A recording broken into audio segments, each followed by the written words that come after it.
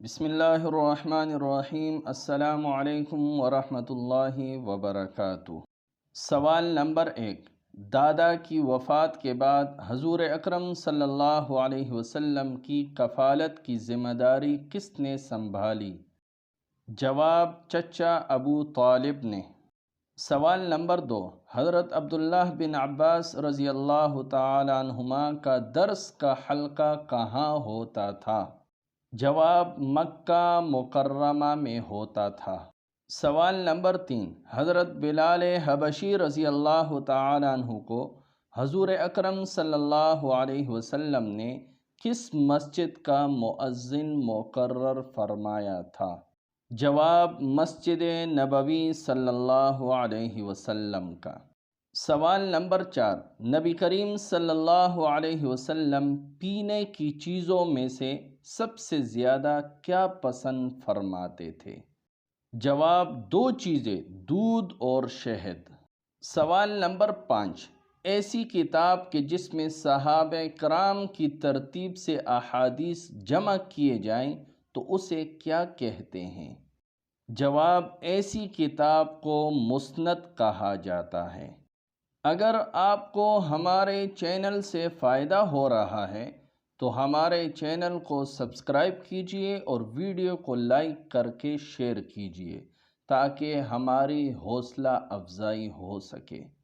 سوال نمبر 6، حضور اکرم صلی اللہ علیہ وسلم کے کون سے بیٹے کے القاب طیب اور طاہر ہیں؟ جواب، حضرت عبداللہ رضی اللہ تعالی عنہ کے۔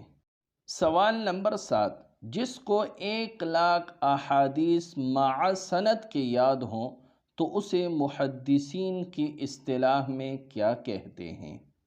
جواب، محدثین کی اصطلاح میں اسے حافظ کہا جاتا ہے۔ سوال نمبر 8، ہجرت مدینہ کے موقع پر حضور اکرم صلی اللہ علیہ وسلم نے کون سے صحابی کو اپنے بستر پر لیٹنے کا حکم دیا تھا؟ جواب، خلیفہ چہارم حضرت علی المرتضیٰ رضی اللہ تعالی عنہ کو۔ سوال نمبر 9، عشرہ مبشرہ میں سے کون سے 2 مبارک صحابی حضور اکرم صلی اللہ علیہ وسلم کے پہلو میں دفن ہیں؟ جواب، خلیفہ اول حضرت ابو بکر صدیق رضی اللہ تعالی عنہ اور خلیفہ دوم حضرت عمر فاروق رضی اللہ تعالی عنہ۔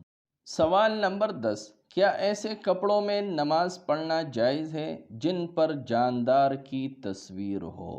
جواب، جائز نہیں بلکہ مکروہ لکھا گیا ہے۔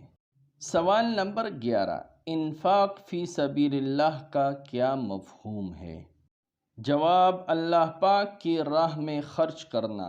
اللہ ہمیں بھی صدقہ کرنے کی توفیق عطا فرمائے، آمین۔ سوال نمبر 12، بیت اللہ شریف سے رخصت ہوتے وقت ایک طواف ہوتا ہے، اس کا نام بتائیں۔ جواب، طواف وداع۔ اللہ ہمیں بھی طواف وداع کی توفیق نصیب فرمائے، آمین، جزاک اللہ۔